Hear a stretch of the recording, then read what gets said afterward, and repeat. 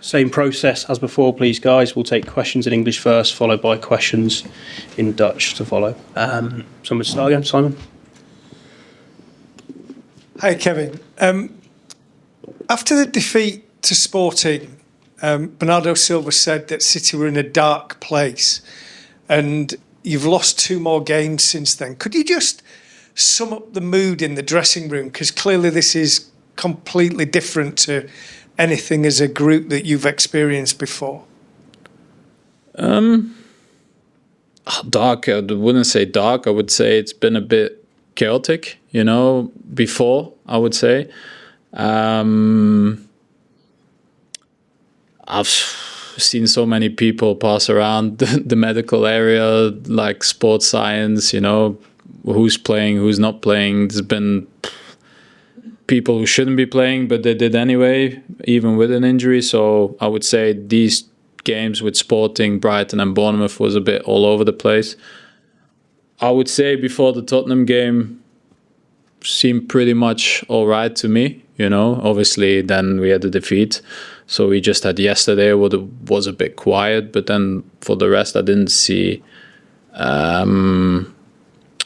too much change. But of course everybody's a bit down about the 5 losses, but you have to take it and move on.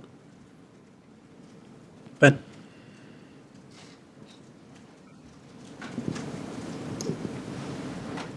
Kevin, can I ask about yourself? We ask about you to your manager a lot through the season. Obviously, you really had struggles with injury, particularly since that Champions League final you won.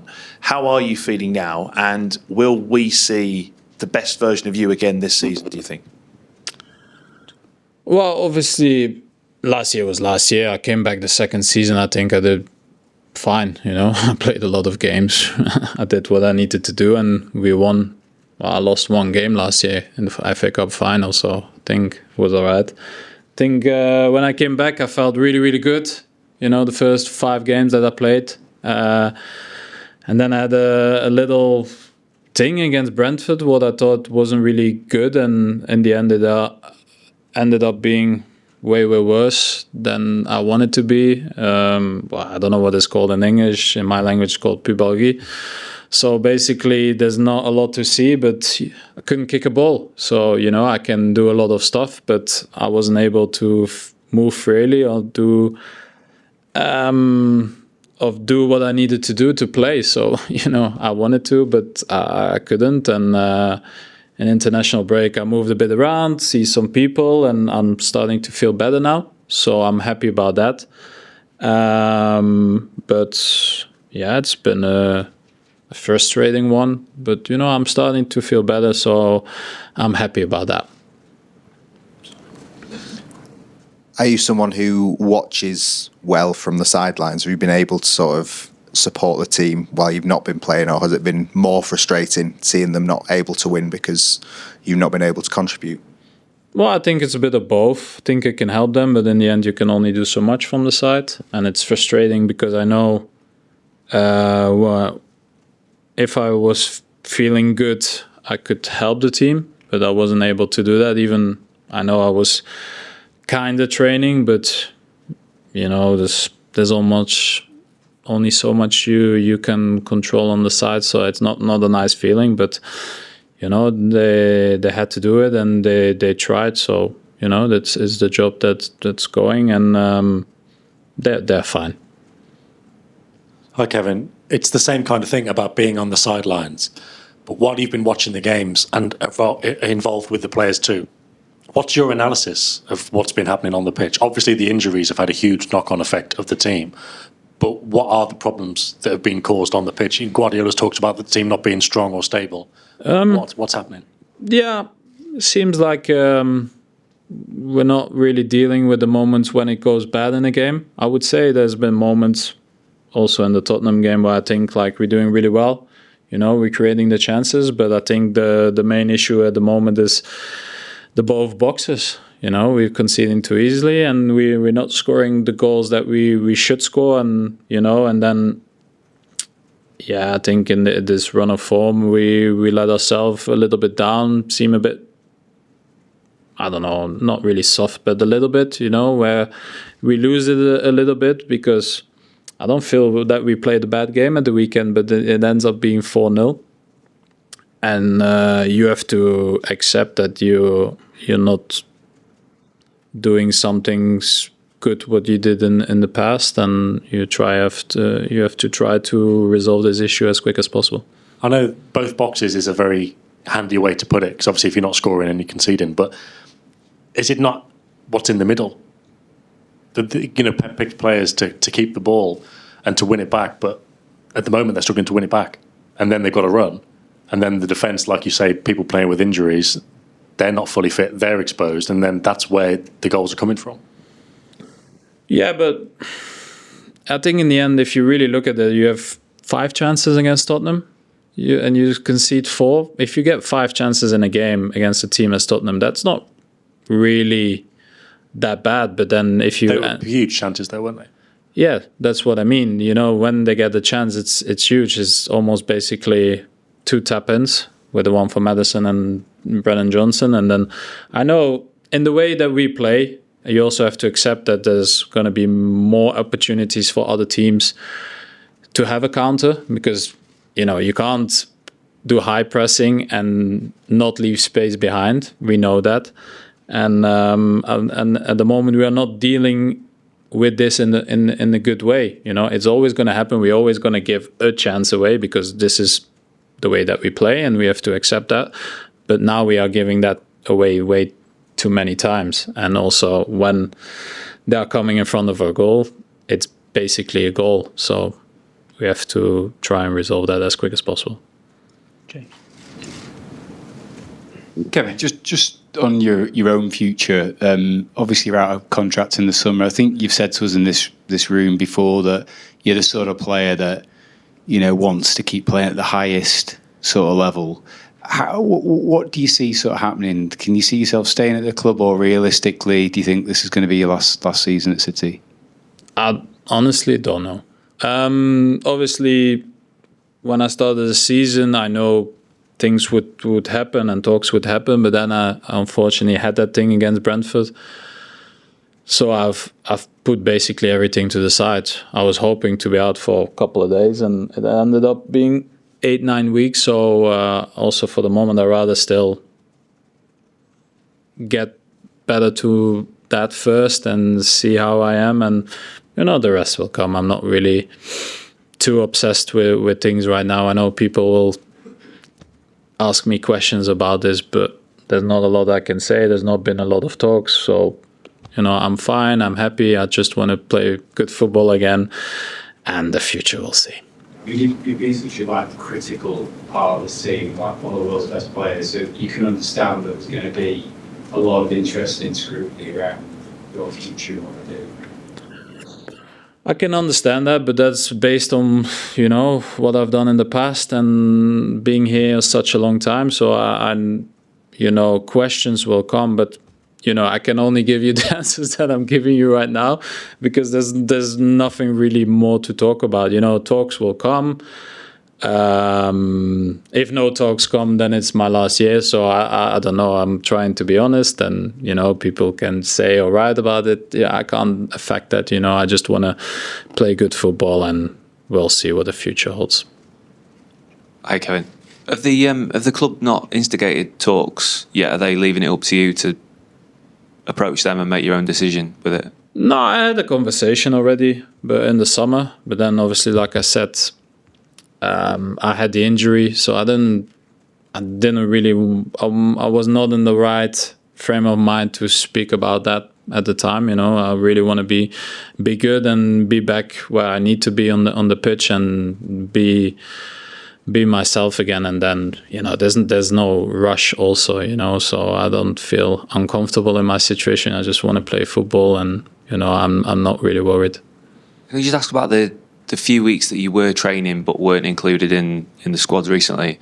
Can you just talk us through what training was like for you in that period of time, if you felt that you weren't able to?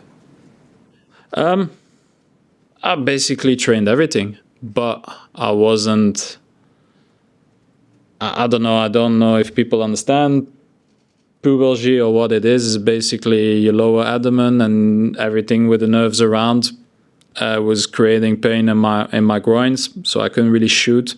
So every time I would shoot a ball, I would get really, really pain. So I was trying to find methods to get better, to get my power back, but it took a long time to get better, and actually it only got better on Friday. I don't know why. The first 4 days wasn't really better, and then on Friday it got better. Can't explain it. I don't know why. And now the last few days it's been better. So I'm hoping to get that, still going upwards. And yeah, that's it. Hi, Kevin. I completely hear what you're saying about your future. You just want to play it and see where that takes you. When it comes to the time, will the fact that Pep Guardiola has sort of signed on for another 2 years, will that be a factor in your thinking, the fact that this great manager will still be here and all the rest of it? It could be. It could help, because I know what the future hold, and I understand. I don't have to speak to Pep about what's happening in the future. If it would be a new coach, obviously you need to have a conversation with these people, because you don't know what they want with you. Maybe even I would have a conversation if I want to speak about my future with Pep, because I don't know what he thinks, and maybe he changes his mind and tell Kevin, thank you, time to leave. But there's more an understanding of what is happening. I know how he works, how he works with the team, how he works with the players, so that's nothing new to me. And just with regard to your game, the way you play football, your style, you still feel the very top level you can go on, I don't know, 2-3 years? How much longer do you realistically think?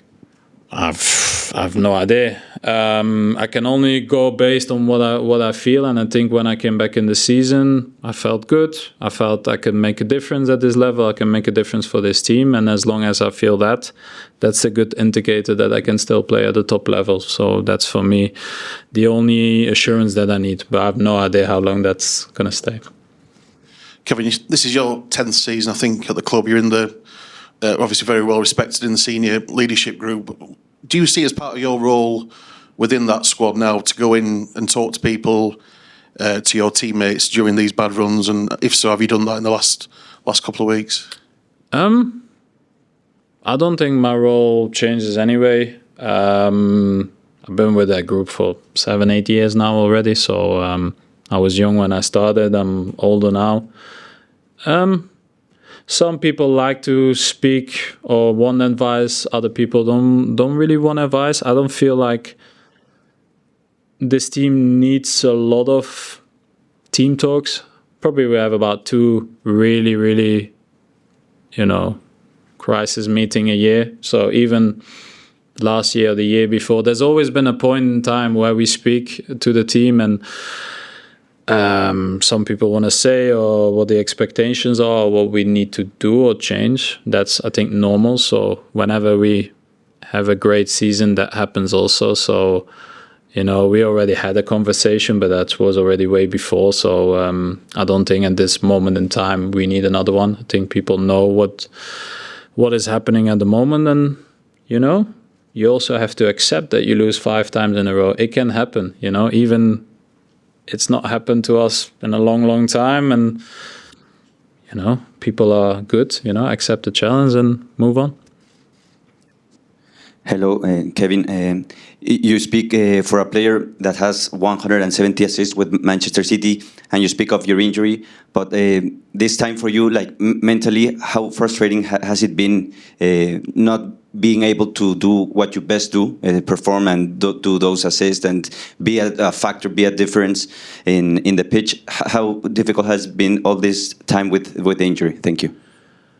I think personally for me, this has been the most frustrating one. Because last year when I had the hamstring, I know I'm going to be out for 5-6 months. That's fine. But now it was, I don't know, when it happened after Inter, I was basically testing myself to be able to play for the weekend, and I wasn't able. So I don't know how long it would take me to get better. And in the end, it's taken me a very, very long time. So it's really frustrating to not know when you're coming back and why you're getting pain. Because, like I said, the scans were not really that bad, but there's obviously been something that's not right, and, you had to deal with. So I'm pleased I'm getting better, but I still need to get better. And I'm doing a lot of stuff to do that. So, when I'm back on the pitch, I'm happy, and I'm happy that, against Tottenham, I could see a difference than the last 2 games I came in. So that's for me the positive. Hi Kevin van de NOS, Nederlandse televisie. We kennen jou een beetje van België. Als het daar tegen zit of het gaat de verkeerde kant op, dan zeg je wel waar het op staat.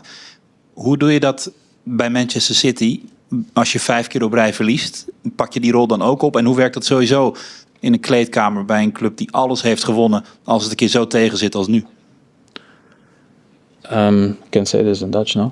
Ja, oké.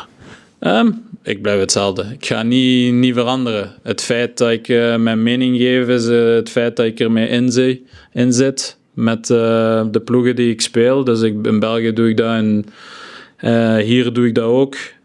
Ik geef mijn eerlijke mening over bepaalde situaties. Maar ik denk, je moet ook het perspectief bekijken van natuurlijk de hele situatie. Ik weet dat 5 verliesmatchen ziet er natuurlijk niet goed uit, maar ik versta ook de situatie die we een beetje zijn doorgegaan de laatste 3 weken. Voor de international break. Met alle spelers die eigenlijk niet konden spelen, maar toch gespeeld hebben. Dus je moet ook appreciëren de situatie dat je soms de hand krijgt. Wil ook niet zeggen dat dat een excuus is, want het moet beter als ploeg.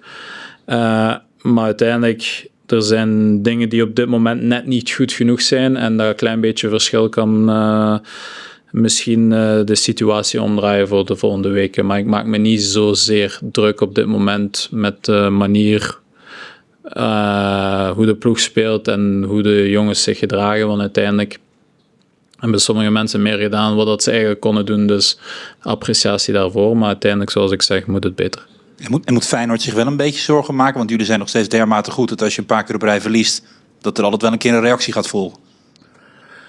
Ja, uiteindelijk zijn we nog niet echt veel met Feyenoord kunnen bezig zijn. Want gisteren was een recovery dag na de match. Dus dat gaat allemaal deze middag gebeuren. En morgen, natuurlijk met het programma dat we nu hebben, is het heel moeilijk om je voorbereiden op alle ploegen. Maar we zullen deze middag een training hebben. Zal misschien tactisch iets gedaan worden. Er wordt sowieso gepraat over de ploeg.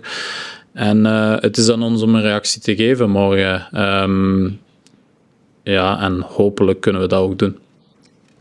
Kevin, ESPN. Onze analist die ook morgen in het stadion zit is Mario Been. Hij liet jou ooit debuteren in de Champions League. Wat weet je nog van die tijd en heeft hij jou veel geleerd?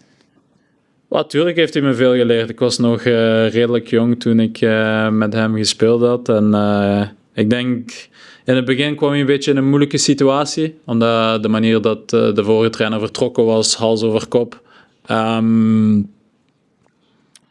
was denk ik niet makkelijk. En ik denk dat we een beetje moesten aanpassen aan de manier van spelen. Want we hadden natuurlijk een andere speelstijl. Maar ik denk, het goede ding is, als je jong bent, kan je veel andere dingen oppikken. En natuurlijk denk ik dat de Nederlandse school een beetje meer aan te pas kwam. En meer voetballend spelen en aanvallend. En ik herinner me veel matchen waar hoge scores waren. Dus hebben we offensief heel veel geleerd bij hem. En natuurlijk heeft hij me progressief beter kunnen laten worden als een speler. En het jaar daarna ben ik vertrokken en heb ik een carrière gemaakt. Dus dat was zeker positief. Dankjewel. Thank you everyone. Thank you.